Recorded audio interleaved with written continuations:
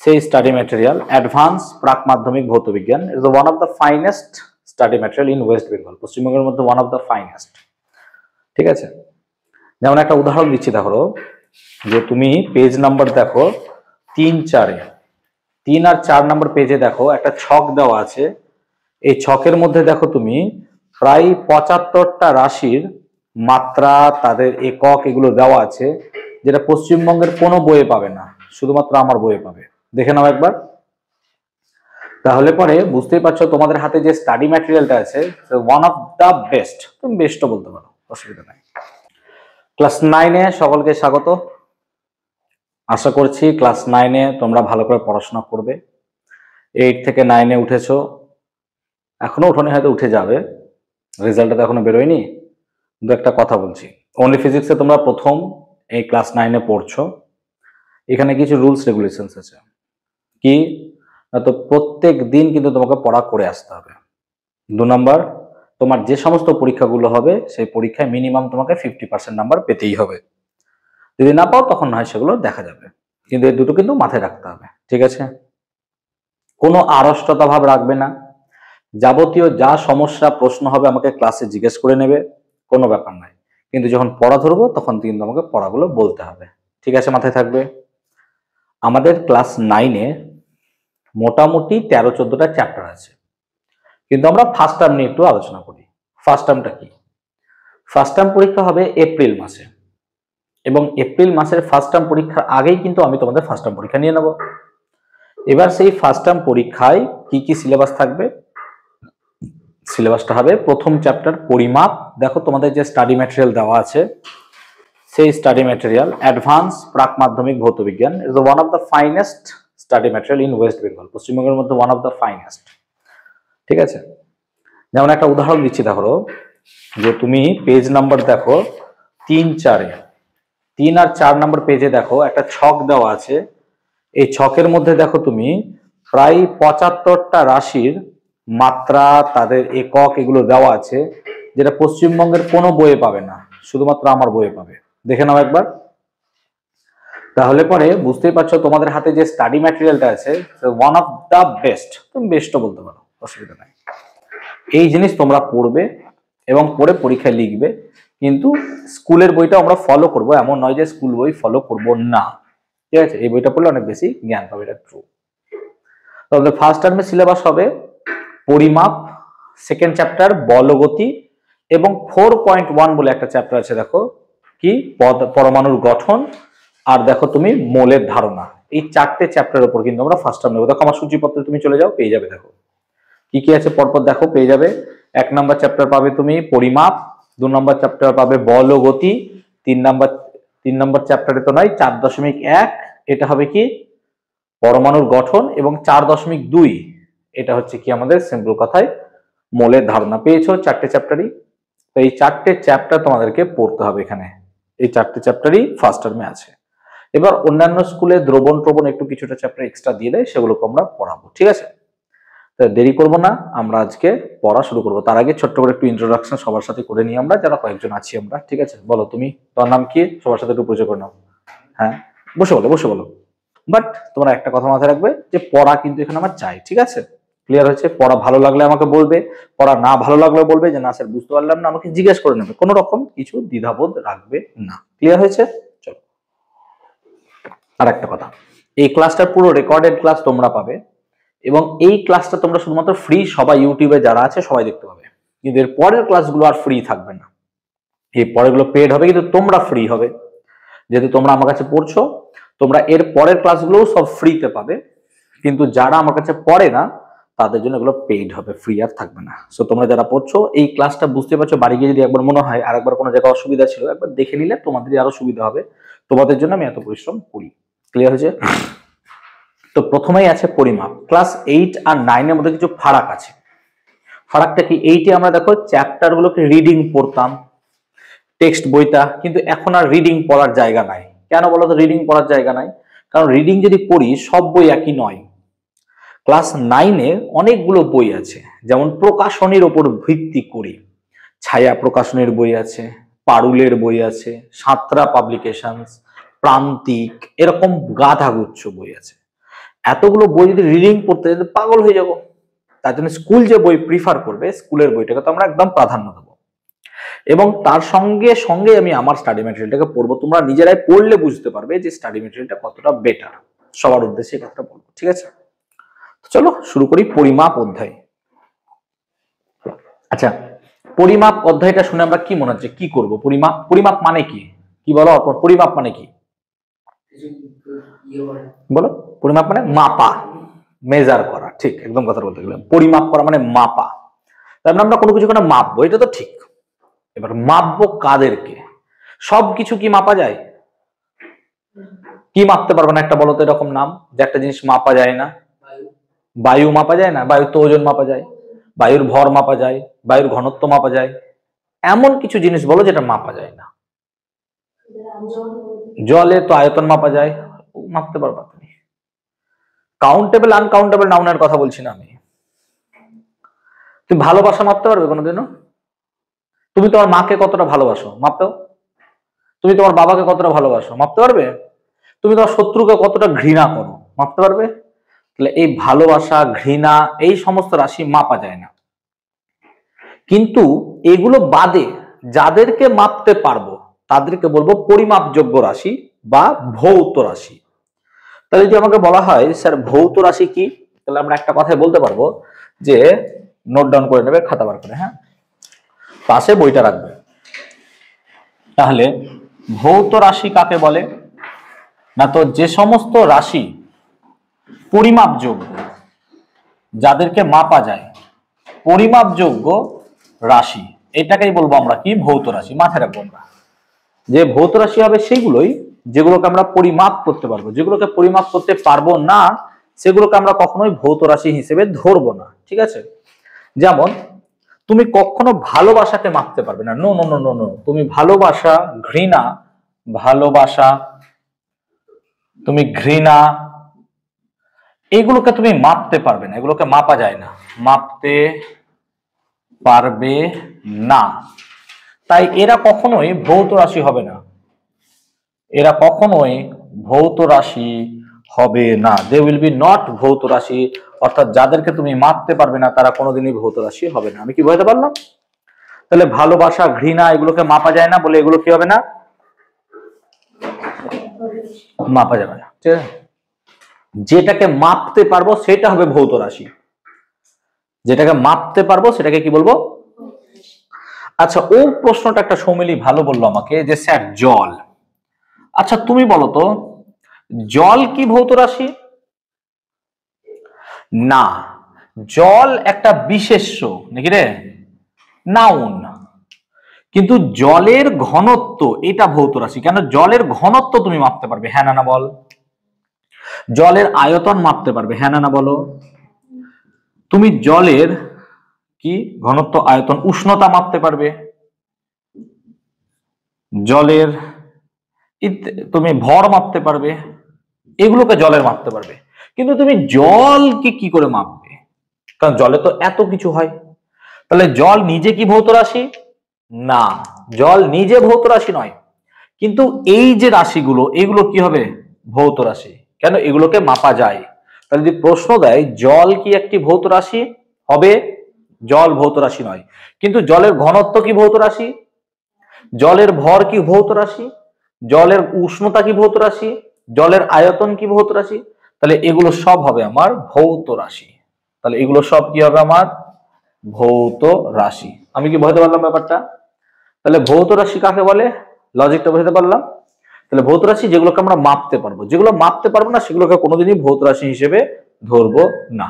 ঠিক আছে, কনসেপ্টটা ক্লিয়ার করে ফেললাম, বিল্ড করলাম কনসেপ্টটা। এখন প্রত্যেকটা ভৌত রাশির দিক থাকতে হবে এরকম কোনো মানে নাই। প্রত্যেকটা ভৌত রাশির মানে কি বলবো, মান একটা থাকবে। যেমন ধরো আমি উদাহরণ দিচ্ছি, আমি বললাম জলের ভর 5 গ্রাম, হতে পারে তো নাকি? জলের উষ্ণতা 20 ডিগ্রি সেলসিয়াস, হতেই পারে। জলের আয়তন স্যার 2 লিটার, হতেই পারে। জলের ঘনত্ব স্যার এত, এগুলো হতে পারে। এগুলোর ক্ষেত্রে আমার কোনো দিকের প্রয়োজন পড়ে না। কিন্তু আমি যখন কোনো জায়গায় পথ যাব তখন আমাকে দিক বলে দেওয়াটা গুরুত্বপূর্ণ। কেমন? যে তুমি আমার কোচিং এ আসবে কি করে, তোমাকে পুরো দিক উল্লেখ করতে হলো, এই রথতলার দিকে, এই দিকে, এইভাবে, ঠিক তো? এর ওপর ভিত্তি করে ভৌত রাশিকে দুভাগে ভাগ করা যায়। তাহলে এর ওপর ভিত্তি করে আমরা ভৌত রাশিকে দুভাগে ভাগ করব। কি কি না, তো একটা হচ্ছে স্কেলার রাশি আর একটা হচ্ছে ভেক্টর রাশি। স্কেলার রাশি আর ভেক্টর রাশি। তাহলে স্কেলার রাশি কাকে বলে না, তো যে সমস্ত রাশির কেবলমাত্র মান আছে, দিক নেই। তাহলে যে সমস্ত রাশির কেবলমাত্র মান আছে, দিক নেই, তাদেরকে কি বলবো, স্কেলার রাশি। খাতায় নোট ডাউন করবে কিন্তু সব। তাহলে যে সমস্ত রাশির কেবলমাত্র মান আছে কিন্তু কোনো দিক নেই, তাকে বলবো কি আমরা, স্কেলার রাশি। বুঝতে পারছি বাবু? তাহলে স্কেলার রাশি কাকে বলে, যে রাশির শুধুমাত্র মান আছে, কোনো দিক নেই, তাকে কি বলে, স্কেলার রাশি। অপরপক্ষে যে সমস্ত রাশির মান ও দিক উভয়ই আছে,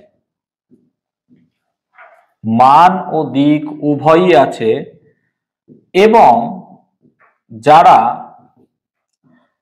ভেক্টর বীজগণিত এর নিয়ম মেনে চলে, তাদেরকে আমরা বলবো ভেক্টর রাশি। তাহলে যে সমস্ত রাশির মান ও দিক উভয়ই আছে এবং যারা ভেক্টর বীজগণিতের নিয়ম মেনে চলে, তাদেরকে কি বলবো আমরা, ভেক্টর রাশি। বোঝাচ্ছি, সব বোঝাবো। তাহলে ভেক্টর রাশি হতে গেলে কি হতে হবে, মানও হতে হবে, দিকও থাকতে হবে, তাদেরকে কি বলবো, ভেক্টর রাশি। তার সঙ্গে ভেক্টর বীজগণিত। এবার তুমি যদি সব লেখো, এই কথাটা না লেখো, তাহলে পরে কিন্তু তোমার ভুল হয়ে যাবে সংজ্ঞাটা। তাই এই জায়গাটা আমি হাইলাইট করলাম, এটা কিন্তু লিখতেই হবে, নাহলে ভুল। তাহলে যে সমস্ত রাশির মানও আছে, দিকও আছে, তার সাথে কি থাকতে হবে, ভেক্টর বীজগণিত, তাদেরকে কি বলবো আমরা, ভেক্টর রাশি। বুঝতে পারলাম? উদাহরণ দিচ্ছি। ধরো তুমি এখান থেকে যাত্রা শুরু করলে, এ বিন্দু থেকে যাত্রা শুরু করে তুমি এরকম করে গোল ঘুরে এত দূরে এলে বি বিন্দুতে। তাহলে তোমার অতিক্রান্ত পথ এ বি এই দিক দিয়ে, হ্যাঁ না বলো? এটা অতিক্রান্ত পথ, তো এই বৃত্তচাপের মতো একটা অংশ।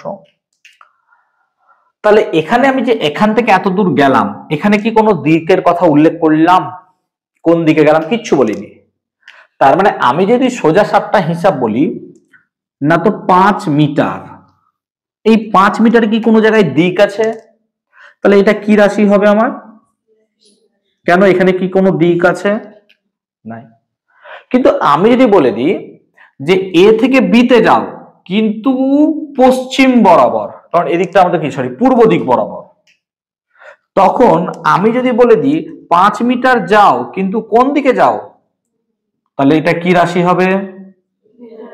কেন ভেক্টর হলো? মানদিক আছে, তাহলে এটা হচ্ছে ভেক্টর। এখন আমি যদি কথার মানে বলি যে এখানে একটা তার আছে, এখানে একটা তার আছে, দুটো তার, তারের মধ্য দিয়ে তড়িৎ প্রবাহ এই দিকে হচ্ছে, এটা কি ঠিক? তড়িৎ প্রবাহ হয় এই দিক থেকে এই দিক হবে, না হয় এই দিক থেকে এই দিক হবে। তড়িৎ প্রবাহ তো একটা দিক থাকবে, হ্যাঁ না বলো? এটা তো ঠিক যে তড়িৎ প্রবাহ একদিক থেকে অন্যদিকে হবে ভাই, এমন তো নয় যেদিকে ইচ্ছা সেদিকে হতে পারে। তাহলে আমরা এখানে যদি সুইচ অন করি, এখানে যদি লাইট লাগাই, তড়িৎ তাহলে এদিক থেকে এদিকে যাচ্ছে, হ্যাঁ না বলো? আবার এমন হতে পারতো তড়িৎ এদিক থেকে এদিকে আসছে, হতে পারতো তো? তড়িৎ প্রবাহের কি দিক আছে? কিন্তু তড়িৎ প্রবাহের দিক থাকা সত্ত্বেও তড়িৎ প্রবাহ কিন্তু স্কেলার রাশি, এটা কোনোদিনই ভেক্টর রাশি নয়। এবার বলবি স্যার কেন? কারণ তড়িৎ প্রবাহ ভেক্টর বীজগণিত মেনে চলে না। চলে আসি ভেক্টর বীজগণিত। এবার তাহলে কেন তড়িৎ প্রবাহ হলো না, স্কেলার রাশি হলো? বুঝতে পারলাম কেন, সে কি মানে না, ভেক্টর বীজগণিত। বুঝতে পারলাম এত দূর পর্যন্ত? এখন আমি তোমাকে বলছি যে ধরো তুমি এখান থেকে যাত্রা শুরু করলে, দিয়ে পূর্ব দিকে গেলে, 3 মিটার হতে পারতো তো, পূর্ব দিকে 3 মিটার গেলে, তাহলে এটা কি ভেক্টর রাশি হবে? তাহলে পূর্ব দিকে গেলে 3 মিটার, তার মানে তুমি এ থেকে যাত্রা শুরু করে বি তে গেলে হবে তো, তাহলে এটা কি ভেক্টর রাশি, হ্যাঁ না বলো? তাহলে এটাকে আমরা এভাবে লিখবো, কিভাবে লিখবো দেখো, যে এ বি সমান 3 মিটার, কি কি কি লিখবো, পূর্ব দিক। আমি কি ঠিক লিখতে পারলাম?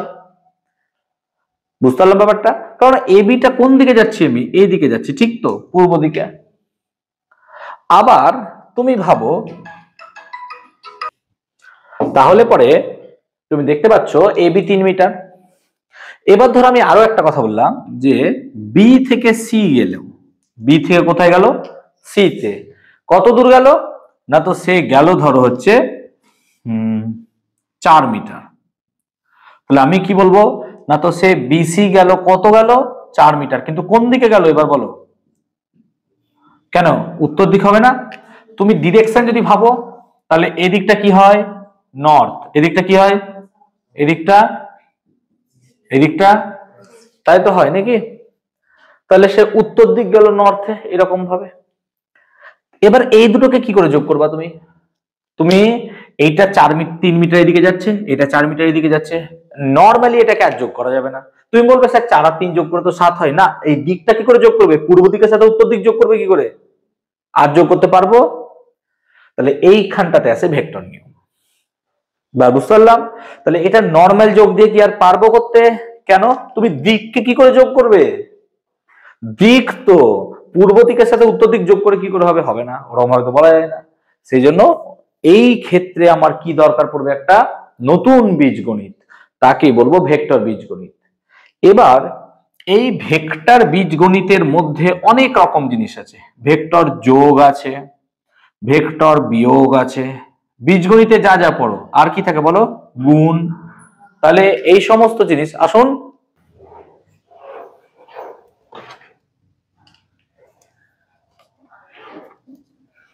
ওকে। তাহলে ভেক্টর বীজগণিত তাহলে কি হয়, ভেক্টর যোগ হয়, বিয়োগ হয়, গুণ হয়, আর কি হয়, ভাগ। নরমালি যা হয় সেরকমই হয়, ঠিক আছে, বুঝতে পারলাম? তাহলে বুঝতে পারলেন যে ভেক্টর বীজগণিত কেন আলাদা দরকার হলো, কেন না, তো দিককে আমরা এখানে কি করতে পারছি না, যোগ করতে পারছি না। সেই জন্য তড়িৎ প্রবাহকেও কি বলে দিলাম, স্কেলার রাশি, ওর দিককে ওরকম ভাবে মানে নাও, তাই তড়িৎ প্রবাহ একটা স্কেলার রাশি। তাহলে প্রশ্নটা যদি আসে তড়িৎ প্রবাহ কেন স্কেলার রাশি, দিক থাকলে লিখতে পারবো, কারণ ভেক্টর, তড়িৎ প্রবাহ কি মানে না, ভেক্টর বীজগণিত। তাই তড়িৎ প্রবাহ কি মানে না, ভেক্টর বীজগণিত সে মানে না। বোঝাতে পারলাম আমি লজিকটা কি, ক্লিয়ার হয়েছে এতদূর পর্যন্ত? তাহলে লজিক্যালি আমরা মোটামুটি ভৌত রাশিকে দুভাগে ভাগ করলাম, স্কেলার রাশি এবং ভেক্টর রাশি হিসেবে। স্কেলার রাশি কাকে বলে, ভেক্টর রাশি কাকে বলে, এগুলো বললাম। তাহলে স্যার স্কেলার রাশির কিছু উদাহরণ দিন আমাদেরকে, স্কেলার রাশি কি কি হবে? তাহলে লজিক্যালি স্কেলার রাশি কারা, এই যে ওপরে যা লিখেছি এগুলো সব স্কেলার রাশি। ঘনত্বর কোনো দিক আছে, কোনো দিক নাই। উষ্ণতার কোনো দিক আছে, কোনো দিক নাই। আয়তন কোনো দিক আছে, কোনো দিক নাই। ভর কোনো দিক আছে, দিক নাই। তাহলে এগুলোর যেহেতু কোনো দিক নেই, শুধুমাত্র কি আছে, এদের মান আছে, মান আছে, দিক নেই, তাই এদেরকে কি রাশি বলবো আমরা, স্কেলার রাশি। আবার ভেক্টর রাশি, তাহলে স্যার দু একটা উদাহরণ দিন আপনি, ভেক্টর রাশির কি উদাহরণ হবে? ভেক্টর রাশির উদাহরণ হচ্ছে সরণ, এগুলো মনে রাখো, আমি প্রত্যেকটা জিনিস পরের চ্যাপ্টারে পড়বো। সরণ, আর কি হয়, বল, বল নিশ্চয় পড়েছো, প্রযুক্ত বল, বল একটা ভেক্টর রাশি। ভরবেগ ক্লাস 8-এ পড়েছো, প্রথম চ্যাপ্টারে ছিল, জানি না পড়েছো কিনা, পড়েছিলাম তোদের, আমি মনে করে দেখ, ভরবেগ। আর কি না, তো তোমার হচ্ছে ত্বরণ, তারপর হচ্ছে মন্দন, এগুলো সব এরকম অনেক আছে, কয়েকটা জেনে রাখো আপাতত, পরপর তো শিখতেই থাকবো আমরা, এদিকে মন দেবো। তাহলে আমরা স্কেলার রাশির কয়েকটা উদাহরণ নিলাম, এগুলো সব স্কেলার রাশির উদাহরণ, আর এটা কি হবে, ভেক্টর রাশির উদাহরণ। তাহলে আমরা কি স্কেলার ভেক্টর রাশি সম্বন্ধে বুঝতে পারলাম। এবার তোমরা তোমাদের স্টাডি ম্যাটেরিয়াল দেখতে পাবে স্কেলার এবং ভেক্টর রাশির পার্থক্য আছে, দেখো একটা পয়েন্ট থাকবে, স্কেলার রাশি এবং ভেক্টর রাশির পার্থক্য। তাহলে পার্থক্য তো প্রথমত কি হবে, স্কেলার রাশি কি হবে, মান আছে, দিক নেই। ভেক্টর রাশির কি আছে, মান ও দিক উভয়ই আছে, তাই না, প্রথম পার্থক্য। 2 নম্বর পার্থক্য, দুটি স্কেলার রাশির গুণফল সর্বদা স্কেলার রাশি হয়, অর্থাৎ দুটো স্কেলারকে যদি আমরা গুণ করি তাহলে কি হবে, সর্বদা স্কেলার। যেমন তুমি যে কোনো দুটো স্কেলার রাশি নাও, যে কোনো, আমি দিকটা মিটিয়ে দিলাম বাবু, তুমি যে কোনো দুটো স্কেলার রাশি নাও, তার মানে মাথায় রাখবে সর্বদা যে দুটো স্কেলার রাশির গুণফল সর্বদা স্কেলার হবে, অর্থাৎ একটা স্কেলার রাশি আর যদি আর একটা স্কেলার রাশি নিই, তাদের দুটো গুণফল যদি করো, দুটো স্কেলার রাশির গুণফল সর্বদা তোমার কি হবে, একটা স্কেলার রাশি হবে। এটা পার্থক্যে বলছি আমি কিন্তু, হ্যাঁ। যেমন ধরো আমি কথার মানে বলছি, ঘনত্ব, ঘনত্ব কি একটা স্কেলার রাশি, আর আয়তন কি একটা স্কেলার রাশি হবে। তো তাহলে ঘনত্বর সাথে আয়তন গুণ করলে পাওয়া যায়, ক্লাস 8-এ পড়েছো কি বাবু, ভর, মনে আছে? ঘনত্ব ইকুয়াল টু ভর বাই কি হয়, আয়তন। তাহলে এই ভরটা কি রাশি হবে, স্কেলার রাশি, একটু আগে লিখেছিলাম। তাহলে স্কেলার রাশি কোনগুলো না, তো কি হবে, ঘনত্ব, আয়তন, এগুলো হবে সব স্কেলার রাশি, ঠিক আছে। তাহলে স্কেলার রাশি কোনগুলো, তাহলে স্কেলার রাশির গুণ করলে পরে সর্বদা কি রাশি পাওয়া যায়, স্কেলার রাশি। কিন্তু দুটি ভেক্টর রাশির যদি গুণ করো তাহলে সেক্ষেত্রে স্কেলার রাশিও পাওয়া যেতে পারে, আবার ভেক্টর রাশিও পাওয়া যেতে পারে। তাই দুটো স্কেলার রাশির গুণ করলে স্কেলার পাওয়া যায়, দুটো স্কেলার রাশির গুণ করলে সর্বদা কি পাওয়া যায়, স্কেলার রাশি। কিন্তু দুটি ভেক্টর রাশির গুণ করলে স্কেলারও পাওয়া যেতে পারে, আবার ভেক্টরও পাওয়া যেতে পারে। উদাহরণ দিচ্ছি, যেমন ধরো বল। আচ্ছা, বল কি একটা ভেক্টর রাশি, হ্যাঁ না না বলো? বল কি একটা ভেক্টর রাশি? বলের সাথে যদি সরণ গুণ করো, সরণ কি একটা ভেক্টর রাশি, হ্যাঁ না না বলো? একটু আগে তো উদাহরণ দিলাম। তাহলে বলও একটা ভেক্টর রাশি আর সরণও একটা কি রাশি, ভেক্টর রাশি। এবার দুটো ভেক্টর রাশির গুণ করলে আমি এক্ষেত্রে পাই কার্য। এটা মনে রাখো যে বলের সাথে সরণ গুণ করলে কি হয়, কার্য। 7-এ পড়েছো কার্য চ্যাপ্টারে। তাহলে বলের সাথে সরণ গুণ করলে কি হয়, কার্য। কার্য হচ্ছে একটা স্কেলার রাশি। তাহলে যদি কোশ্চেন তোমাকে ঘুরিয়ে দেয় যে দুটি ভেক্টর রাশি দিয়ে তৈরি একটা স্কেলার রাশির নাম বলো, এবার পারবো তো? এই প্রশ্নটা প্রত্যেকটা স্কুল দেয়, এই কোশ্চেনটা, যে দুটি ভেক্টর রাশির সমন্বয়ে তৈরি একটি স্কেলার রাশির নাম লেখো। আশা করছি পারবো এবার।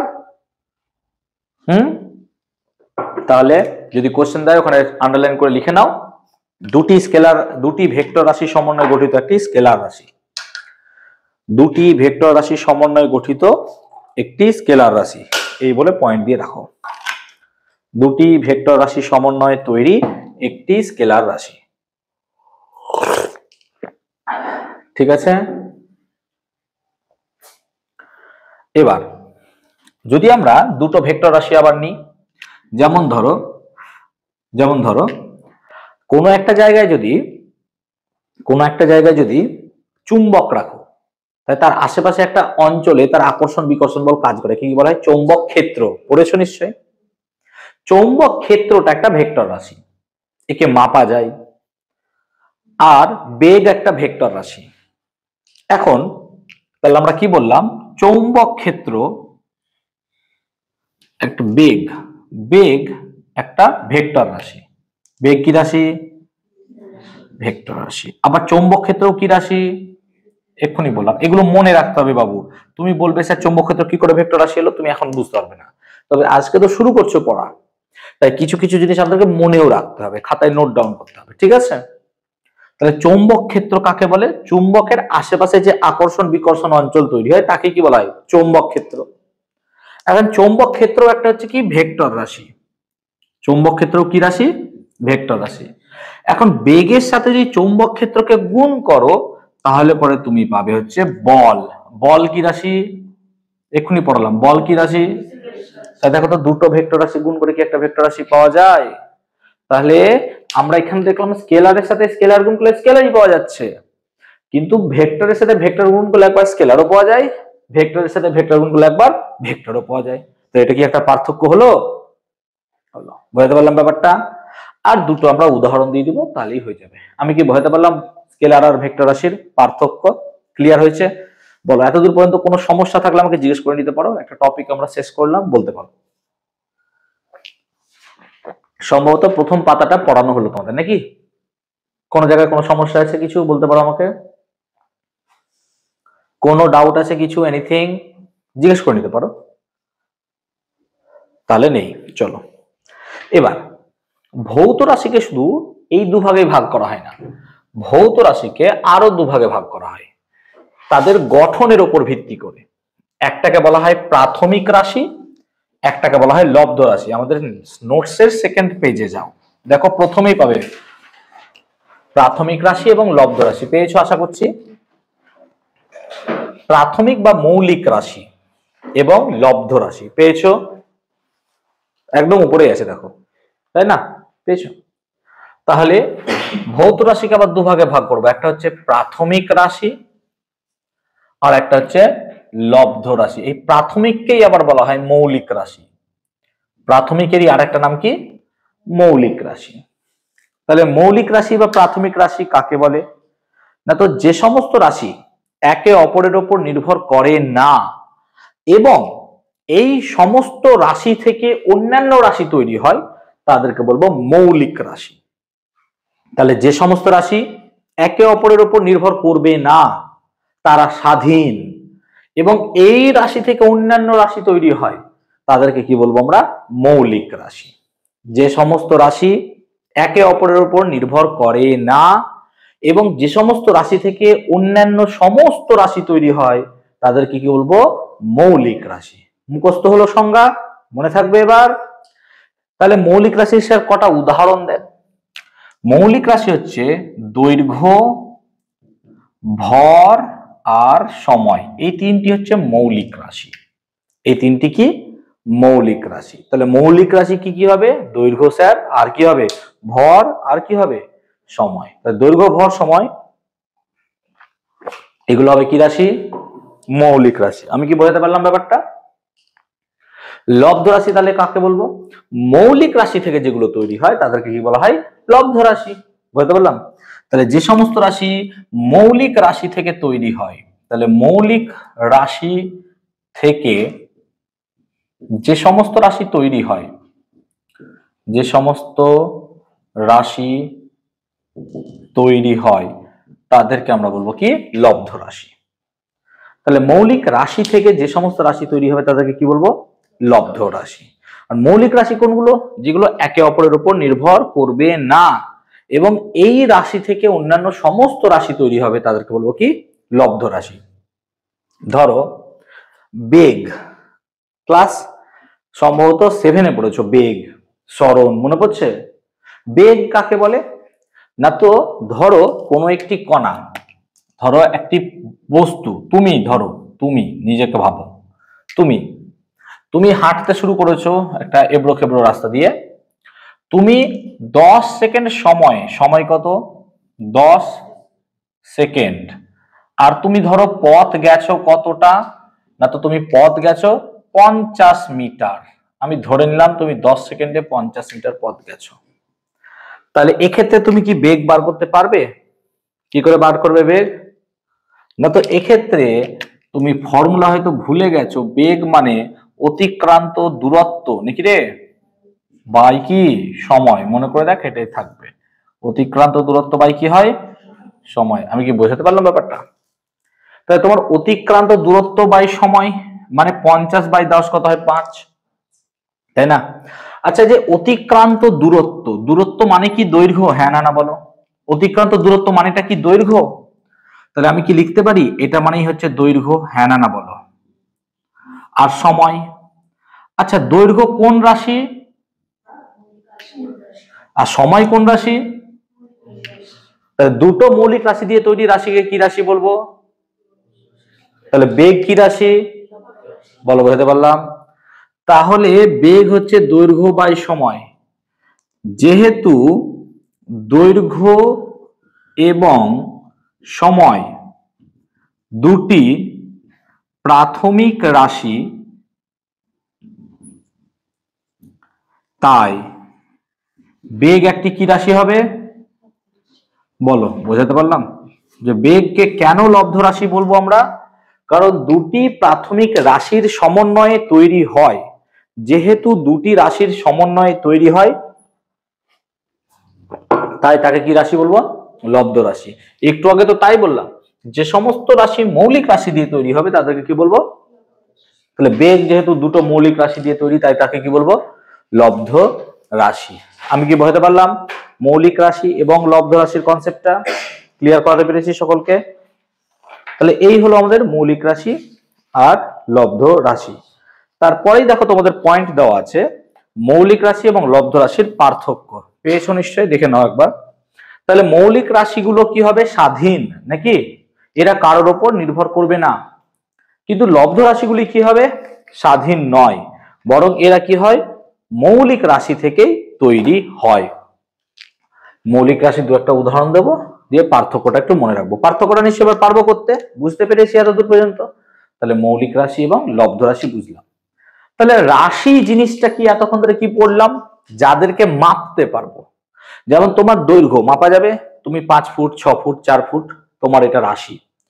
তুমি যেমন কতটা তোমার ভর, 10 কেজি 15 কেজি 20 কেজি, এটাকে মাপতে পারবো। হ্যাঁ স্যার, এটা হচ্ছে কি? রাশি। কিন্তু তুমি নিজে কি রাশি? না, তুমি বলি না আমার তো তুলা রাশি, যে হয় না জোডিয়াক সাইন। তো তুমি নিজে কোনদিন রাশি হবে না। আচ্ছা, ভালোবাসা কি কোনদিন রাশি হবে না? জল কি একটা রাশি? কারণ এরা রাশি নয়। জলের আয়তন কি হবে? একটা রাশি। ভর কি হবে? রাশি। তাহলে এইগুলো হচ্ছে রাশি। ক্লিয়ার হলো কনসেপ্টটা? পুরো কনসেপ্ট নিয়ে রাশিকে ইংরেজিতে বলা হয় কোয়ান্টিটি। কি বলা হয়? কোয়ান্টিটি। রাশির ইংলিশটা হচ্ছে কোয়ান্টিটি।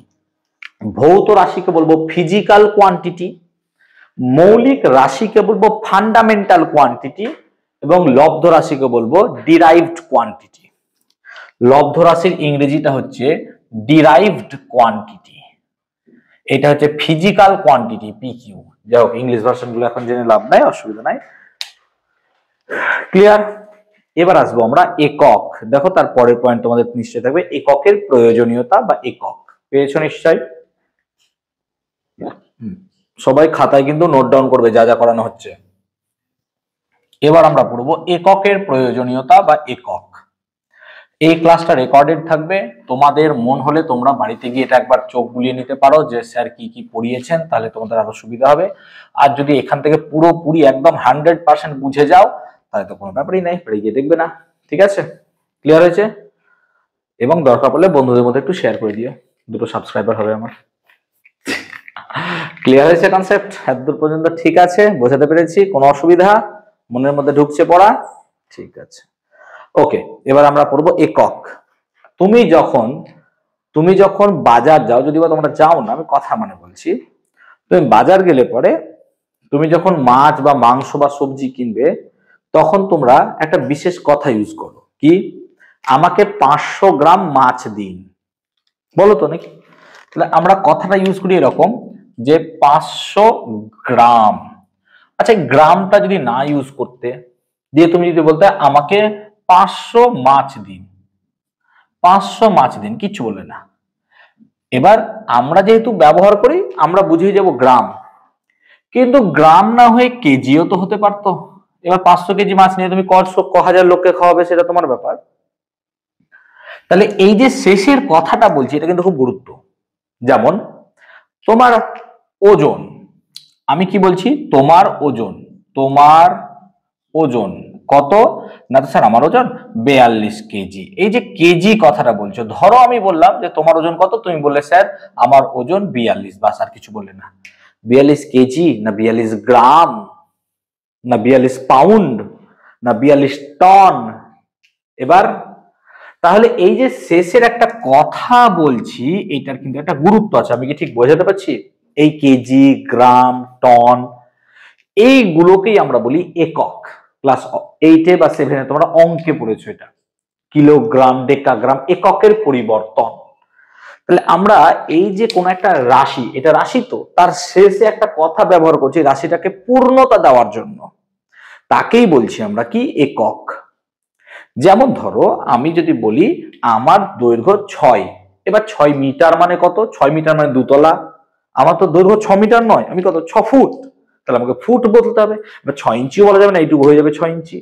তাহলে 6 বলার পর আমাদেরকে কিছু একটা বলতে হচ্ছে, যার ফলে আমরা একটা পারফেক্ট আইডিয়া পাচ্ছি। ও আচ্ছা, 6 ফুট মানে এতটা, ঠিক তো? 6 ইঞ্চি মানে এতটা। তাহলে এই যে আমার একটা আইডিয়া হচ্ছে, এই আইডিয়া হওয়ার কারণ কিন্তু এই নিচের শেষের লাইনটা বা এই কেজি গ্রাম এগুলো, এইটা না হলে কিন্তু হবে না। সমিতা বুঝতে পারছো? তুমি বুঝতে পারছো বাবু? তাহলে এই জিনিসটাকে বলবো আমরা একক। এবার এই যে গ্রাম কেজি এগুলোর তো একটা নির্দিষ্ট মান থাকতে হবে। যেমন দেখবে 1 কেজির বাটখারা এরকম সাইজের, আর 100 গ্রামের বাটখারা এইটুকু সাইজের। এবার এইটা কে ডিসাইড করে দিল যেটা 1 কেজি হবে না এটা 100 গ্রাম হবে? এটা কে ডিসাইড করে দিল যেটা 1 কেজি হবে না 100 গ্রাম হবে? না তো এটা ইন্টারন্যাশনাল বা আন্তর্জাতিক ভাবে স্বীকৃত। এটা আন্তর্জাতিক ভাবে স্বীকৃত যে এটা 1 কেজি হবে না এটা গ্রাম হবে না কি হবে। এই যে 1 কেজি, কিলোগ্রাম, 1 কেজি, এটা আন্তর্জাতিক ভাবে আমাকে বলে দিয়েছে যে এতটা হলে 1 কেজি, বাস। তার মানে গোটা পৃথিবী জুড়ে আমরা ইউজ করছি 1 কেজি একটা জিনিসই। তার মানে এই ঘটনাটা প্রমাণ, একটা স্ট্যান্ডার্ড প্রমাণ। কেন বলছি? কারণ গোটা বিশ্ব এটাকেই মেনটেন করে। 1 কেজি ভারতেও যা হবে, 1 কেজি বাংলাদেশেও তাই হবে, 1 কেজি আমেরিকাও তাই হবে, 1 কেজি হংকং, সব জায়গায় 1 কেজি কিন্তু একই হবে। সেই জন্য 1 কেজিটা স্ট্যান্ডার্ড। সেরকম 1 মিটারটাও কি হবে তাহলে? স্ট্যান্ডার্ড। আমি এত টাকা 1 মিটার বললাম, তুমি বলে না স্যার আমি এত টাকা 1 মিটার বলবো, তাহলে তো গন্ডগোল হয়ে যাবে। আমি তোমার কাছ থেকে 1 মিটার কিনবো, দিয়ে আমি আমার হিসেবে 1 মিটার বিক্রি করবো। তো তোমার কাছ থেকে 1 মিটার এতটা কিনলাম, দিয়ে আমি এবার এরকম করে 1 মিটার 1 মিটার করে বিক্রি করলাম, লাভ হয়ে গেল। এরকম তো হওয়া উচিত নয়, তাই তো লস হয়ে যাচ্ছে। সো সবগুলোকে ঠিক করার জন্য আন্তর্জাতিক ভাবে অনুমোদন যোগ্য। কেন আন্তর্জাতিক ভাবে? কারণ গোটা বিশ্বকে তোমাকে জানাতে হবে যে আমি এই জিনিসটাকে মাপছি। তাহলে আন্তর্জাতিক ভাবে স্বীকৃত একটি প্রমাণ, মানকে, ম্যাগনিটিউড, মানকে ধরে কোন একটা রাশি মাপা হয়, তাকেই বলা হবে একক।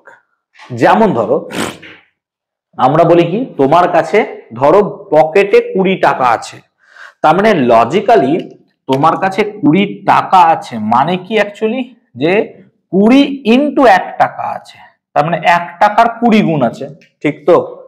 এবার 1 টাকাটা হচ্ছে ইউনিট, কিন্তু এই ইউনিটটা টাকা আবার আন্তর্জাতিকভাবে স্বীকৃত নয়। কেন?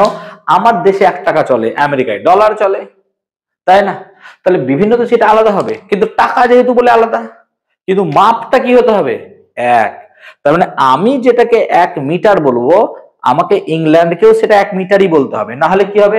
ধরো আমি এইটুকু বললাম এটা আমার 1 মিটার, আর ও বলছে এটা 1 মিটার, তাহলে আমি ওখান থেকে 1 মিটার কিনবো আর আমি এই ছোট ছোট 1 মিটার বিক্রি করব। এটা কি সম্ভব? কোনোদিনই মানবে না কেউ। কিন্তু টাকাটা যেহেতু লোকের, টাকাটা যেহেতু আমাদের বানানো, সো এই টাকার ক্ষেত্রে কনসেপ্টটা কিন্তু আলাদা, অর্থনীতির কনসেপ্ট একটু আলাদা। তাই লজিক্যালি আমার কাছে যদি এখন 500 টাকা থাকে, তাহলে আমি বলবো কত আছে আমার কাছে? 500 গুণিত 1 টাকা। তাহলে কোন একটা রাশি, কোন রাশি মান যদি বলতে চাই, কোন রাশির মান মানে কি হবে? তাহলে এইটা ইন্টু একক, হ্যাঁ না বলো? তাহলে কোন একটা রাশি বলতে বোঝাচ্ছে এই যে মান শুধুমাত্র কতটা হচ্ছে ইন্টু কত? একক। দেখো তোমাদের বইয়ে সেটা স্পষ্টভাবে লিখে দেওয়া আছে, ঠিক আছে? যে কোনো রাশির ক্ষেত্রে এই জিনিসটাকে বলা হয় মান, ইন্টু তার সাথে একক গুণ করা হয়। তাহলে এটা কত হবে? যদি না লেখা থাকে লিখে নিতে পারবে, এটা হচ্ছে কত? মান, ম্যাগনিটিউড। তাহলে কোনো ভৌত রাশির মান সমান অ্যাকচুয়ালি মান ইন্টু একক। তাই একক ছাড়া কোনো ভৌত রাশি কিন্তু অর্থহীন। তুমি কোন একটা রাশিকে বলবে একক ছাড়া হবে না। বিভিন্ন রাশির একক বিভিন্ন আছে, তোমাকে কিন্তু এগুলো বলতে হবে, এই রাশির একক এইটা। তাহলে এককের সংজ্ঞাটা এখান থেকে মাথায় রাখবো আমরা, ঠিক আছে? দেখো বইয়ে আমাদের এককের সংজ্ঞাটা আছে, একটু আন্ডারলাইন করে নাও বা দাগিয়ে নাও। একক বলে দেখো একটা ড্যাশ দেওয়া আছে একটা বক্সের উপরে, ঠিক আছে? একক লেখা আছে যে কোনো রাশি মাপতে হলে আন্তর্জাতিকভাবে অনুমোদিত, এটাই কথা বললাম বারবার, তাই না? ওই রাশিটির একটি নির্দিষ্ট সুবিধাজনক পরিমাণকে প্রমাণ ধরে প্রকৃত রাশিটির পরিমাণ, ওই প্রমাণ পরিমাণের কত গুণ তা মাপা হয়, এই প্রমাণ পরিমাণটিকে রাশির একক বলে। যেমন এটা একটা প্রমাণ, কত গুণ? না তো মানের সাথে গুণ। যেমন আমার কাছে 500 ইন্টু 1 টাকা, 20 ইন্টু 1 টাকা, এই যে 520, এটা তো একটা ডিপেন্ডেন্সি যে আমার কাছে এত টাকা আছে, কিন্তু অ্যাকচুয়ালি আমাদের ভারতে টাকার প্রমাণ ভ্যালু কত? 1 টাকা। এবার 1 টাকা তোমার কাছেও যা ভ্যালু, 1 টাকা আমার কাছেও তাই ভ্যালু, 1 টাকা পশ্চিমবঙ্গে যা ভ্যালু, 1 টাকা ত্রিপুরাতেও তাই ভ্যালু, 1 টাকা তামিলনাড়ুতেও তাই ভ্যালু, সব জায়গায় 1 টাকার ভ্যালু কিন্তু সেম। এমন নয় যে আমার কাছে 1 টাকা যা তামিলনাড়ু থেকে সেটা 10 টাকা হয়ে যাচ্ছে, হবে না, ঠিক আছে। কিন্তু আন্তর্জাতিকভাবে একটা আলাদা হয়, টাকার কনসেপ্ট একটু আলাদা হয়। কনসেপ্টকে আমি বোঝাতে পারলাম পুরোটা? ওকে। একককেও আমরা দুভাগে ভাগ করবো, দেখো তোমাদের বইয়ে তাই দেওয়া আছে। কি কি? একটা হচ্ছে প্রাথমিক একক আর একটা হচ্ছে লব্ধ একক। দেখে নাও তোমরা। তো একককেও আমরা দুভাগে ভাগ করব, একটা হচ্ছে প্রাথমিক একক আর একটা হচ্ছে লব্ধ একক। প্রাথমিক একক আর একটা হচ্ছে লব্ধ একক। প্রাথমিক একক কাকে বলে না, তো যে সমস্ত একক একে অপরের উপর নির্ভরশীল নয়। একই সংজ্ঞা, রাশি কি বলেছিলাম? যে সমস্ত রাশি একে অপরের উপর নির্ভরশীল নয় এবং এই রাশি থেকে অন্যান্য সমস্ত রাশি তৈরি হয় তাদেরকে বলা হয় প্রাথমিক রাশি। তাহলে প্রাথমিক একক কাকে বলবো? যে সমস্ত একক একে অপরের উপর নির্ভরশীল নয় এবং এই একক থেকে অন্যান্য সমস্ত একক তৈরি হয় তাদেরকে কি বলা হয়? প্রাথমিক একক। তাহলে প্রাথমিক রাশি কি কি ছিল? 3টে জিনিস লিখেছিলাম, বলো তো কি কি ছিল? দৈর্ঘ্য, ভর, সময়। মনে পড়ছে? এই 3টে জিনিস লিখেছিলাম, দৈর্ঘ্য, ভর, সময়। কিন্তু ওগুলো তো রাশি ছিল, তাহলে তার একক জানতে হবে। তাহলে দৈর্ঘ্যের একক কি হয়? মিটার। তাহলে দৈর্ঘ্যের একক হচ্ছে কি? মিটার। ভরের একক কি হয়? কিলোগ্রাম। আর সময়ের একক কি হয়? সেকেন্ড। তাহলে এইটা হচ্ছে কি আমার প্রাথমিক একক, হ্যাঁ না বল? তাহলে প্রাথমিক রাশির এককগুলোকে কি প্রাথমিক একক বলা যেতে পারে, হ্যাঁ না বলো? প্রাথমিক রাশির যে একক সেগুলোকেই কি প্রাথমিক একক বলা যেতে পারে? Yes sir, obviously. তাহলে মিটার ছাড়াও আরো একটা একক ব্যবহার করি আমরা, কি বলতো? সেন্টিমিটার বা সেমি। তাহলে সেমি হচ্ছে একটা একক। তেমনি কিলোগ্রামের বদলে আমরা কি ইউজ করতে পারি? গ্রাম। আর সেকেন্ড, তার মানে আমরা দেখলাম কি হয়, সেমি গ্রাম সেকেন্ডও হয়, আর একটা কি হয়, মিটার কিলোগ্রাম সেকেন্ডও হয়। তার মানে স্যার দুটো আলাদা আলাদা ব্যবস্থা হয়ে গেল। একটাতে আমরা সেমি বলছি ভরকে, একটাতে গ্রাম বলছি, সরি সেমি বলছি দৈর্ঘ্যকে, গ্রাম বলছি ভরকে, একটাকে সেকেন্ড বলছি। তাহলে সেমির প্রথম অক্ষর কি হয় গো বাবু? সেমি, সি, সেন্টিমিটার। তাহলে সেমির প্রথম অক্ষর সি, গ্রামের প্রথম অক্ষর কি? জি, আর সেকেন্ডের প্রথম অক্ষর, তাহলে কি হলো জিনিসটা? তাহলে সিজিএস পদ্ধতিতে দৈর্ঘ্যের একক কি হয়? সেমি, ভরের একক কি হয়? গ্রাম, সময়ের একক কি হয়? সেকেন্ড। তাহলে মিটারের প্রথম একক কি? এম, কিলোগ্রামের প্রথম একক কে, সেকেন্ডের একক এস, এটাকে বলি আমরা এম কে এস। এসআই এটা এসে পরে আসছি আমরা। তাহলে আমরা এককের এটা বলবো দুটো পদ্ধতি। কি পদ্ধতি? সিজিএস পদ্ধতি আর এমকেএস পদ্ধতি। তাহলে এককের কটা পদ্ধতি পড়লাম? দুটো। একটা কি পদ্ধতি? সিজিএস, আর একটা এস। যেমন ধরো তোমার দৈর্ঘ্যকে তুমি দুটো ভাবে মাপতে পারবে, তোমার দৈর্ঘ্য সেন্টিমিটারে কত আর তোমার দৈর্ঘ্য মিটারে কত, তাই তো? এই রকম।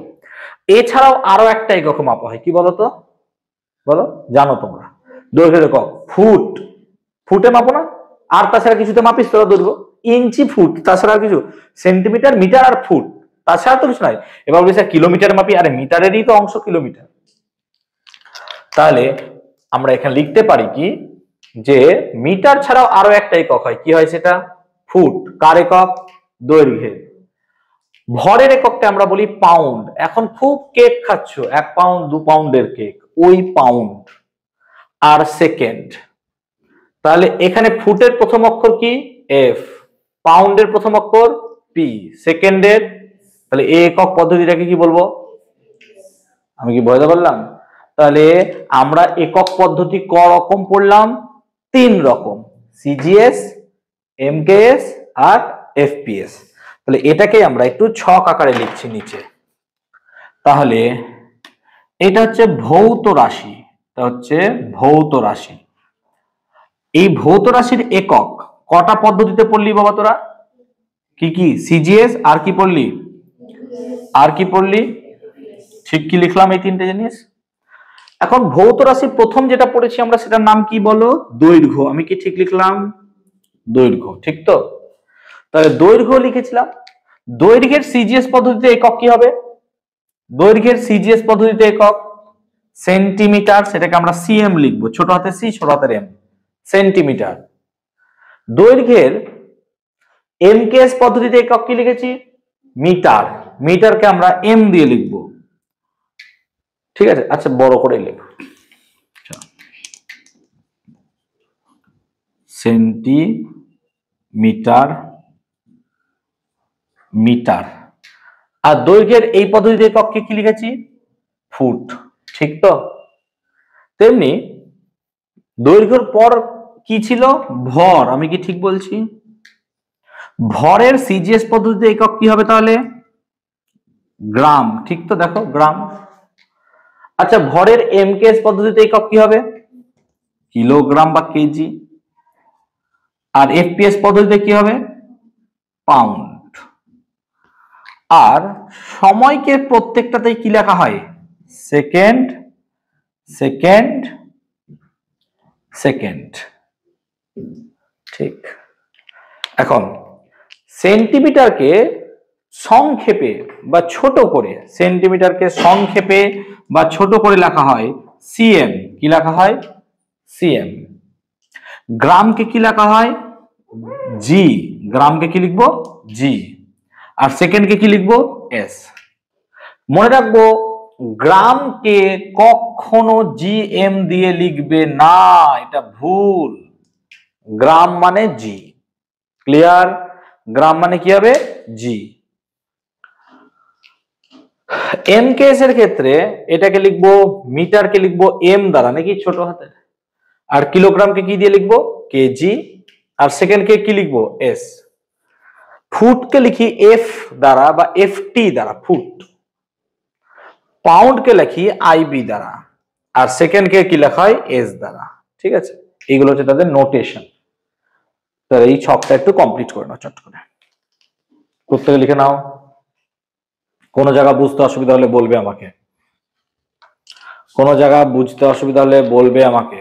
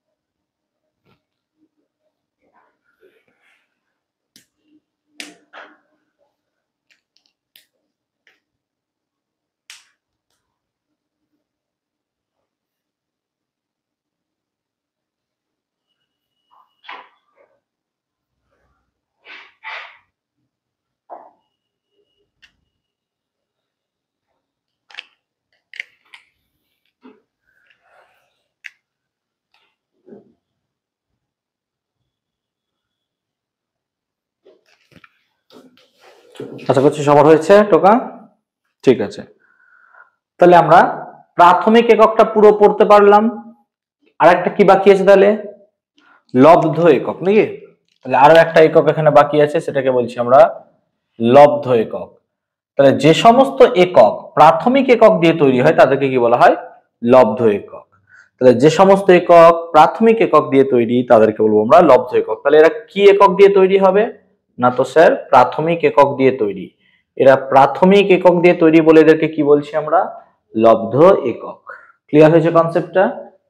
তাহলে প্রাথমিক একক দিয়ে যে সমস্ত একক তৈরি হয় তাদেরকে কি বলা হয়? লব্ধ একক। প্রাথমিক একক দিয়ে যে সমস্ত একক তৈরি হয় তাদেরকে বলা হয় কি? লব্ধ একক। প্রাথমিক একক দিয়ে যে সমস্ত একক তৈরি হয় তাদেরকে কি বলবো? লব্ধ একক। যেমন ধরো কতকগুলো আমি এককের নাম যদি লিখি, যেমন ধরো একটা উদাহরণ, ঠিক আছে? যেমন ধরো আমরা একটু আগে লিখেছিলাম বেগ কি একক, বেগ কি রাশি? লব্ধ রাশি। প্রমাণ করলাম, মনে আছে? আচ্ছা তুমি বলো, বেগ মানে কি অতিক্রান্ত দূরত্ব বাই সময়, হবে না? হবে না? হবে তো। এখন অতিক্রান্ত দূরত্ব মানে তো দৈর্ঘ্য, তাহলে যদি আমি বেগের একক বার করতে চাই, বেগের একক, তাহলে দৈর্ঘ্যের একক, দৈর্ঘ্যের একক বাই কিসের একক লিখবো? হ্যাঁ না না বলো, তাই তো হওয়া উচিত। তাহলে আমি যদি বেগের একক বার করতে চাই তাহলে কি লিখবো? দৈর্ঘ্যের একক বাই সময়ের একক। এখন স্যার দৈর্ঘ্যের একক কি না, তো বেগের একক যদি সিজিএস পদ্ধতিতে বার করি তাহলে দৈর্ঘ্যের এককটাকে কি বলবো? সিজিএস পদ্ধতিতে দৈর্ঘ্যের একক কি স্যার? সেন্টিমিটার। সেন্টিমিটারকে আমরা কি দিয়ে লিখি? সিএম।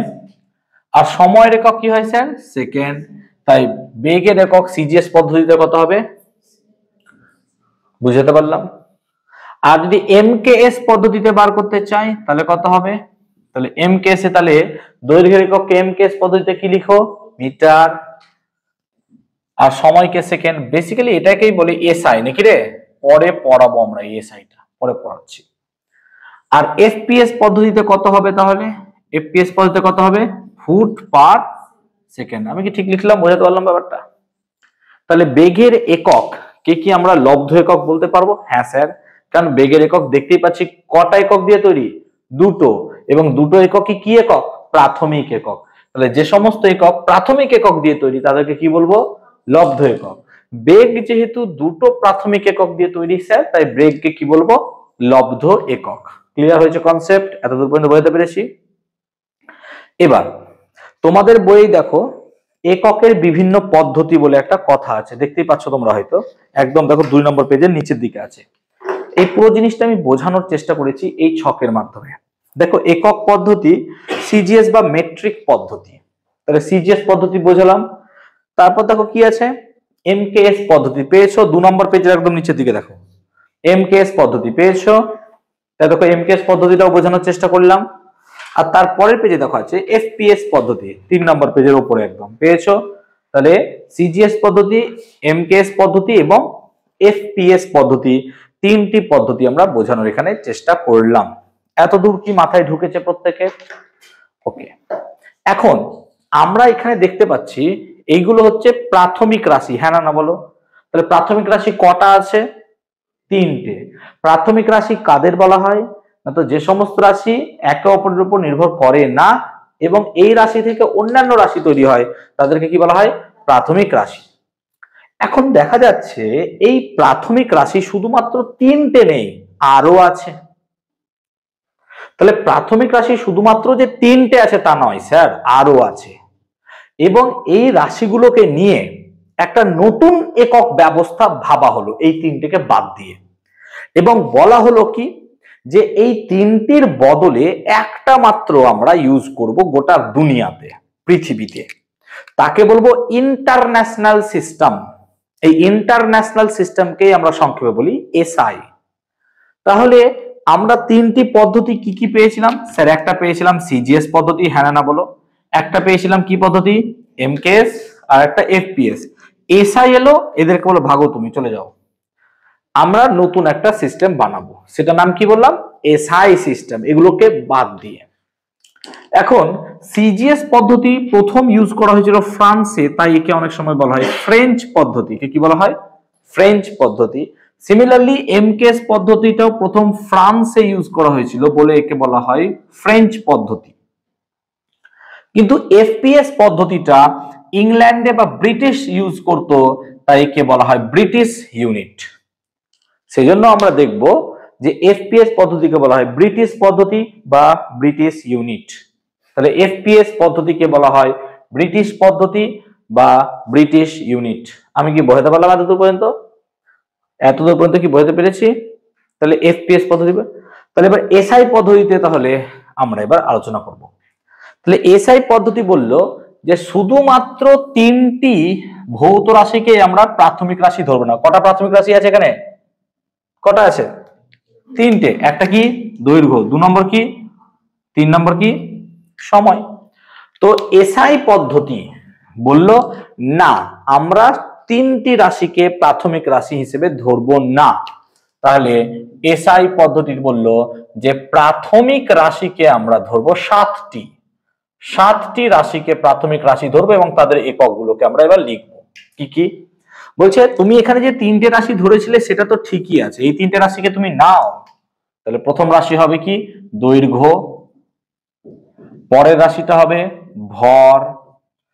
তারপরে রাশিটা হবে সময়। তাহলে দৈর্ঘ্য, ভর, সময় 3টাকে তো ধরলাম। 4 নাম্বারটাকে বললো উষ্ণতা অর্থাৎ তাপমাত্রা। উষ্ণতাটাকেও বলছে একটা তুমি রাশি হিসেবে ধরো। 5 নাম্বার প্রবাহ মাত্রা বা তড়িৎ প্রবাহ মাত্রা। তুমি লিখবে তড়িৎ প্রবাহ মাত্রা। আমি প্রবাহ মাত্রা লিখলাম। তড়িৎ প্রবাহ মাত্রা এটাও একটা প্রাথমিক রাশি। তারপর বললো দীপন প্রাবল্য। দীপন প্রাবল্য এটাও একটা প্রাথমিক রাশি। আর পদার্থের পরিমাণ, পদার্থের পরিমাণ এটাও একটা প্রাথমিক রাশি। তাহলে লজিক্যালি এসআই পদ্ধতিতে কটা রাশিকে প্রাথমিক রাশি বললাম? 7টা। এই প্রশ্নটা প্রচুরবার পরীক্ষায় এসেছে যে এসআই পদ্ধতিতে কটা রাশিকে প্রাথমিক রাশি বলা হয়? 7টা। এসআই পদ্ধতিতে কটা রাশিকে প্রাথমিক রাশি বলা হয়? 7টা। 7টা রাশির নাম পরপর মনে রাখবো, একবার চট করে পড়ে নাও। দৈর্ঘ্য, ভর, সময়, উষ্ণতা, প্রবাহ মাত্রা, দীপন প্রাবল্য, পদার্থের পরিমাণ। এবার আসি এককে। দৈর্ঘ্যের এককটাকে বলা হয় কি?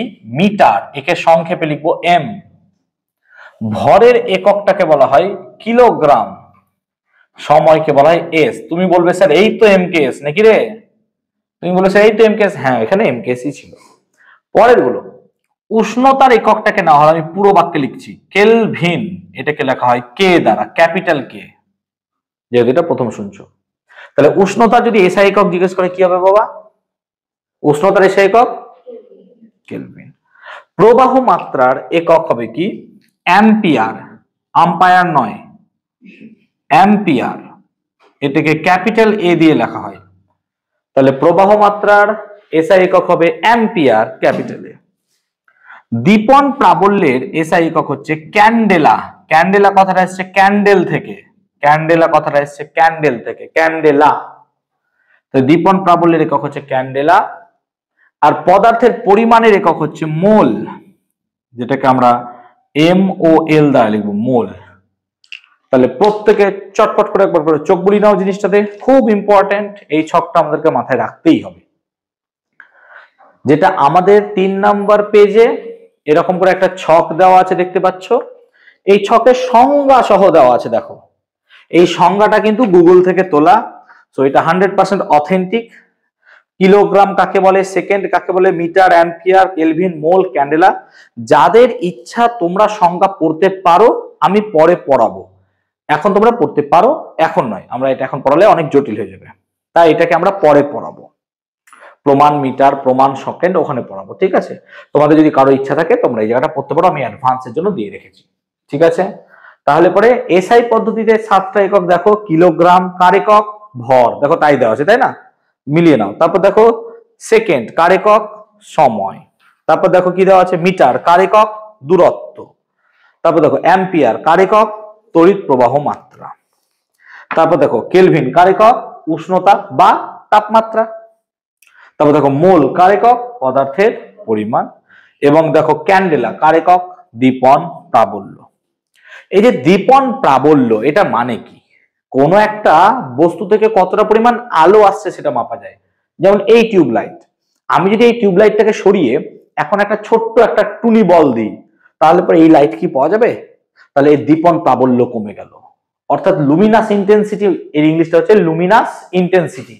দীপন প্রাবল্য মানে কতটা আলো তুমি পাচ্ছ অ্যাকচুয়ালি, এটাই। যেমন ধরো এখনকার দিনে সূর্যের যে তীব্রতা মে জুন মাসে সেই তীব্রতা কি থাকে, তার অনেক বেশি তীব্র, তাই তার ইন্টেন্সিটি কি হয়, অনেক বেশি। লুমিনাস মানে হচ্ছে আলো, আর ইন্টেন্সিটি মানে তীব্রতা, আলোর তীব্রতা কতটা বেশি সেটা এখান থেকে জানা যায়। ঠিক আছে, বলো এতদূর পর্যন্ত কোনো সমস্যা থাকলে আমাকে বলতে পারো চটপট, কোনো ব্যাপার নাই। নির্দ্বিধায় নিঃসংকোচ নির্লজ্জ হয়ে জিজ্ঞেস করো যে স্যার এটা বুঝতে পারিনি, বুঝিয়ে দেন। তোমরা এসআই এর ছকটা কিন্তু প্রত্যেকে করে নাও, এটা কিন্তু খুব গুরুত্বপূর্ণ। খাতায় কিন্তু আমার চাই প্রত্যেকে যেন খাতায় এটা থাকে। সকলে বুঝতে পেরেছো বাবু? ক্লিয়ার হয়েছে? সমিতা বুঝতে পেরেছো? তুমি বুঝতে পেরেছো?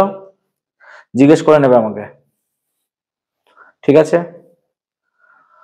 ওকে, টোকা হয়েছে সবার যা যা লিখছিল? ঠিক আছে, অপেক্ষা অপেক্ষা করবো তো। এটা মেটাচ্ছি, এটা তো টাকা নাকি? চলো তাহলে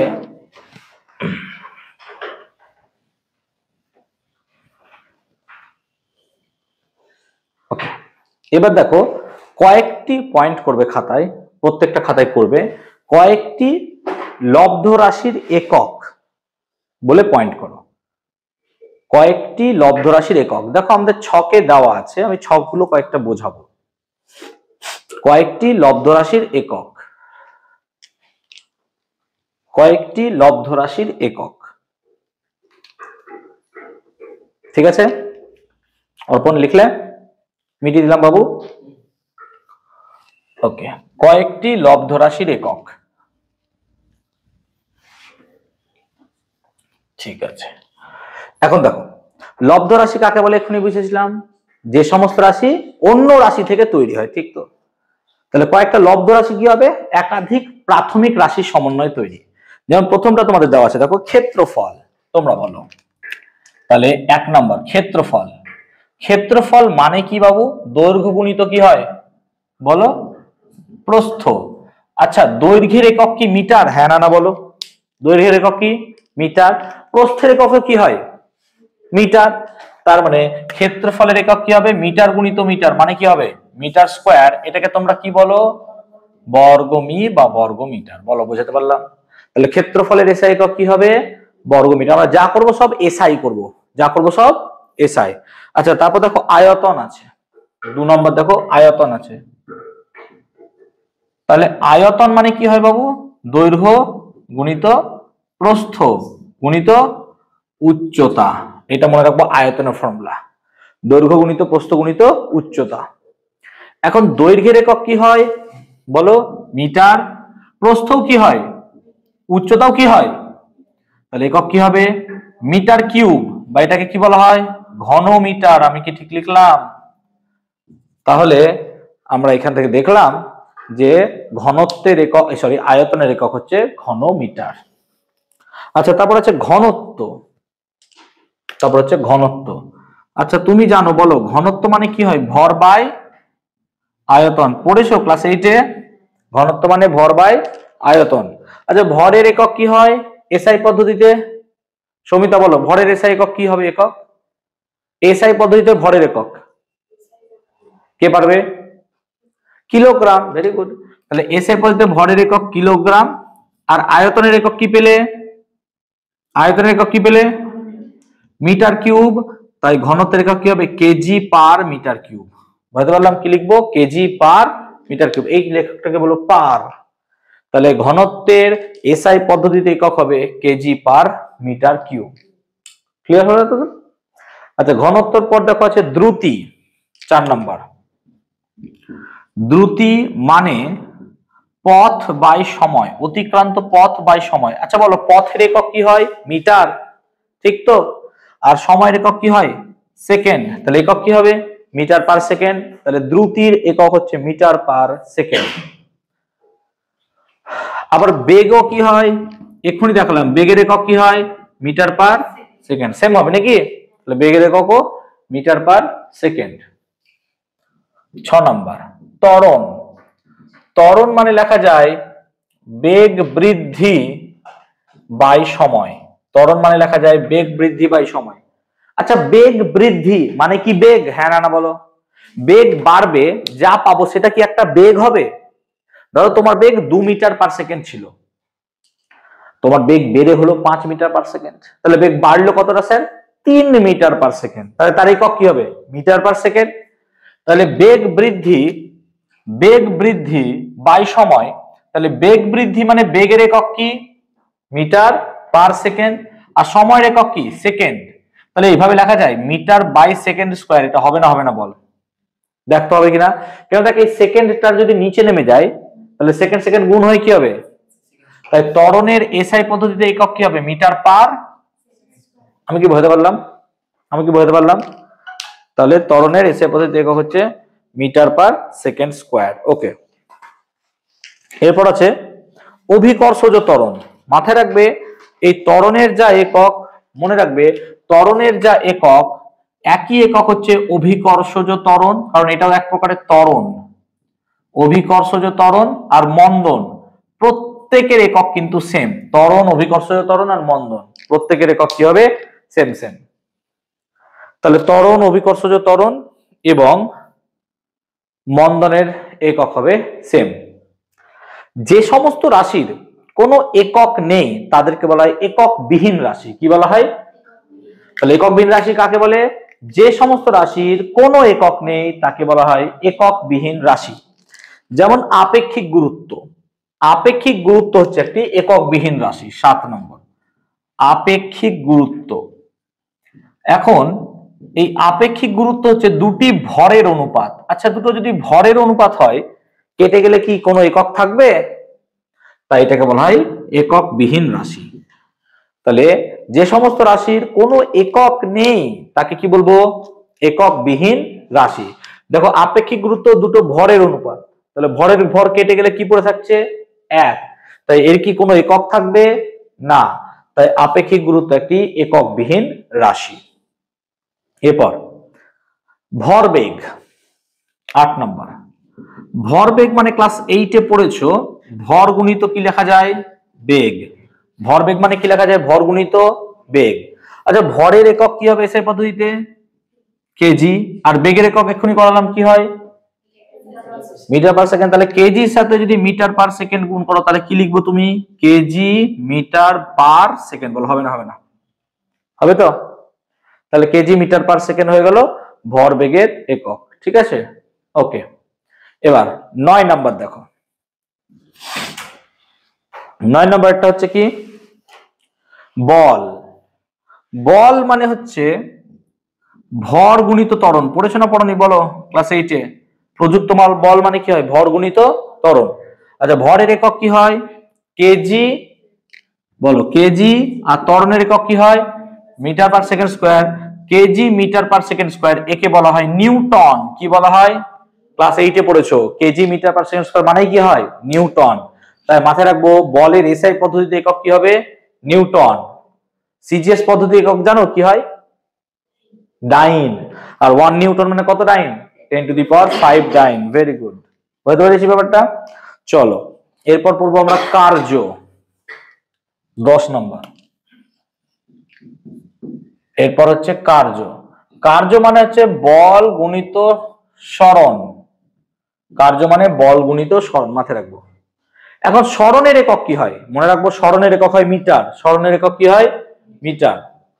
তাহলে সরণের একক যদি মিটার হয়, বলের একক কি হয়? নিউটন। নাকি রে? হ্যাঁ না বল? আর সরণের একক কি পড়লি? মিটার। এই নিউটন ইন্টু মিটার এটাকে বলা হয় জুল। কি বলবো? তাই কার্যের এসআই একক কি হবে? মাথায় থাকবে কার্যের এসআই একক জুল। তাহলে কার্যের এসআই একক কি হবে? জুল। নিউটনের সাথে মিটার গুণ করলে তুমি পাবে জুল। তাই কার্যের এসআই পদ্ধতিতে একক কি হবে? জুল। মনে থাকবে? ওকে। এরপর হচ্ছে শক্তি। মনে রাখবো কার্যের যা একক, শক্তির একক সেম সেম। তাহলে কার্যেরও যা একক হয়, শক্তিরও একক কি হয়? সেম। এরপর কি আছে? ক্ষমতা। এরপর আছে ক্ষমতা। ক্ষমতা মানে কি? 11। ক্ষমতা মানে হচ্ছে কার্য বাই সময়। এবং কার্যের এসআই পদ্ধতি একক কি বললাম? সময়ের একক কি? সেকেন্ড। জুল পার সেকেন্ড একে বলা হয় ওয়াট। কি বলা হয়? তাই ক্ষমতার একক কি হবে? ওয়াট। মনে রাখবো ক্ষমতার এসআই একক কি হবে? ওয়াট। ক্ষমতার এসআই একক কি? ওয়াট। মনে থাকবে ক্ষমতার এসআই একক ওয়াট। মনে থাকবে? ওকে, এরপর হচ্ছে আমাদের বলের ঘাত। 12 বলের ঘাত মানে বল ইনটু সময়। মনে রাখবে, বলের ঘাত মানে হচ্ছে বল ইনটু সময়। তাহলে বলের ঘাত মানে পেলাম আমি বল গুণিত সময়। তাহলে বলের ঘাত মানে হচ্ছে বল গুণিত সময়। ঠিক আছে, এখন বলের একক কি হয়? নিউটন। আর সময়ের একক কি হয়? সেকেন্ড। নিউটন ইনটু সেকেন্ড, এটা হচ্ছে বলের ঘাত। আবার এটা মানেই হচ্ছে কেজি মিটার পার সেকেন্ড। তাই মনে রাখবে দুটো এককই হয়, বলের ঘাতে দুটো এককই হয়, কেজি মিটার পার সেকেন্ডও হয়, আবার নিউটন সেকেন্ডও হয়। ক্লিয়ার হয়েছে? এলো বলের ঘাত। এরপর হচ্ছে চাপ, 13 নম্বর। চাপ, চাপ মানে বল বাই ক্ষেত্রফল। তোমরা বলো তো এককটা কি হবে? চেষ্টা করো বানানোর, দেখি। পারতে হবে, পারবে সবাই, চেষ্টা করো। চাপের একক খাতায় করো আগে।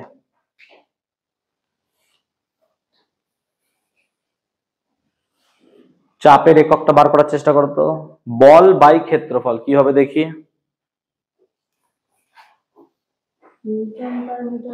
Very good, newton per metre square. তাই তো হওয়া উচিত, কারণ বলের একক কি দেখো নিউটন, আর ক্ষেত্রফলের একক কি মিটার স্কয়ার। তাই নিউটন পার মিটার স্কয়ার এটা একটা একক হবে। এটারই একটা নাম বলা হয় পাস্কাল। কি বলা হয়? তাই চাপের এসআই একক দুটো, নিউটন পার মিটার স্কয়ার অথবা পাস্কাল। তোমরা ওটা পাস্কাল লিখে রাখবে, পি এ দিয়ে লেখা হয়, ওটাকে পাস্কাল বলে।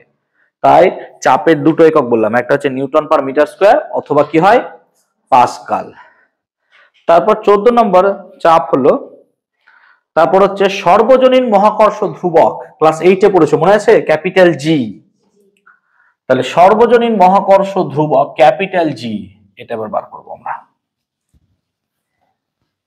খুব কঠিন লাগছে কি? 9 সোজা লাগছে তো?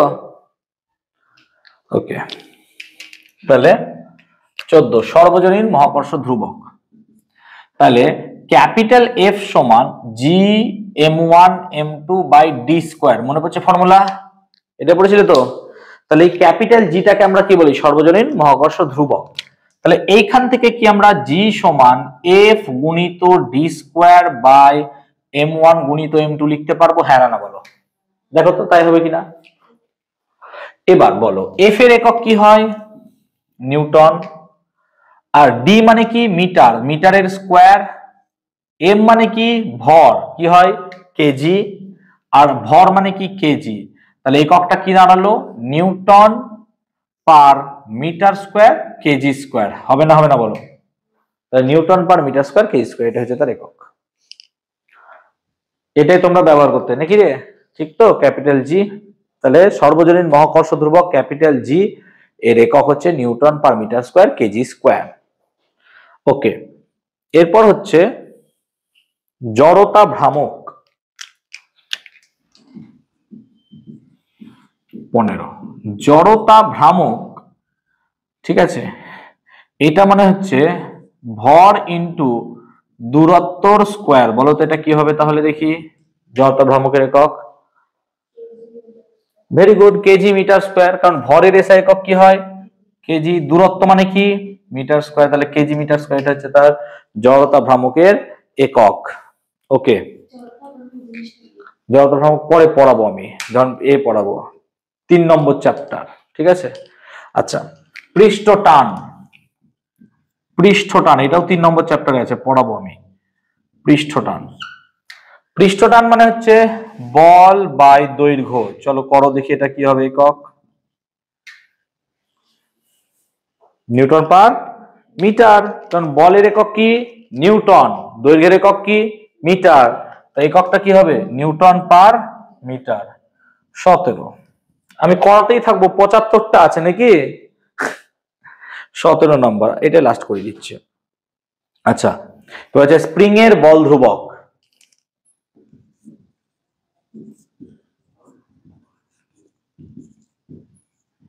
স্প্রিং এর বল ধ্রুবক, এটা মানে হচ্ছে বল বাই দৈর্ঘ্য। চলো এটা কি হবে তাহলে বলো তো? সেম হবে না? তার মানে দুটো রাশির কি একই একক থাকতে পারে? হ্যাঁ স্যার, এই দেখো। তাহলে যদি কোশ্চেন দেয় এমন দুটি রাশির নাম বলো যাদের একক একই, কি কি লিখবো?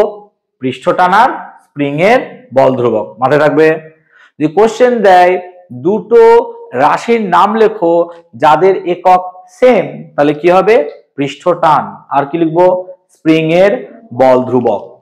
তোমরা দেখো এখানে এরকম করে 75টা, ভাই গুনে গুনে তুমি দেখতে পারো 75টা রাশির এরকম মান লিখে দেওয়া আছে।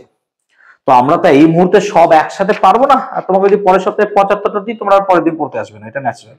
ঠিক আছে, তাই আমরা এতটা বেশি নেব না, আমরা প্রথম সপ্তাহে 30টা নেব, হবে তো নাকি? এক সপ্তাহে 30টা, পরের সপ্তাহে 45টা নেবো, 75টা মুখস্থ করে নেবো। ঠিক আছে, তাহলে এখন তো দেখো আমি মোটামুটি 17টা করেই দিলাম প্রায়, তাহলে বাকি 30টা তোমরা এখানে করবে, 1 থেকে 30 পর্যন্ত পুরোটাই থাকবে। এবং তার শেষে দেখো 75 যেখানে শেষ হচ্ছে স্টাডি ম্যাটেরিয়ালের, তার শেষে দেখো আছে ওখানে এককবিহীন রাশি, এখনই বোঝাচ্ছিলাম নাকি গো? তাহলে এককবিহীন রাশিটা কি বললাম না, তো যে সমস্ত পরিমাপযোগ্য ভৌত রাশির একক থাকে না, অর্থাৎ তারা কোন রকমের একক নেই, তাদেরকে বলা হয় এককবিহীন রাশি। এরকম কয়েকটা উদাহরণ এখানে দেওয়া আছে, যেমন ধরো কি না, তো তোমার হচ্ছে আপেক্ষিক গুরুত্ব নাকি এখানে করেছিলাম, পারমাণবিক ভর, এগুলো। কিন্তু এর ব্যতিক্রম আছে। ব্যতিক্রমটা কি?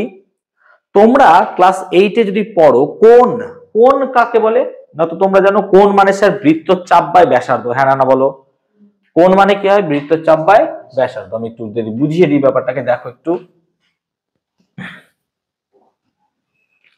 তো ধরো একটা বস্তু এখান থেকে এতটা গেল, তাহলে স্যার কোণ কতটা? এইটা কোণ নাকি রে? তাহলে কোণ মানে কি স্যার? কোণ মানে বৃত্তচাপ, হ্যাঁ না বল, বাই কি? ব্যাসার্ধ। ঠিক তো বলছি আমি? এবার বৃত্তচাপের দৈর্ঘ্য যদি হয় তাহলে কি হয়? মিটার। দৈর্ঘ্যটা কি হবে? মিটার তো। আর ব্যাসার্ধের একক কি? তাহলে কোণের কি কোনো একক আছে? কিন্তু কোণ তো হয় ডিগ্রি। তাই এটা একটা ব্যতিক্রম। কি বললাম?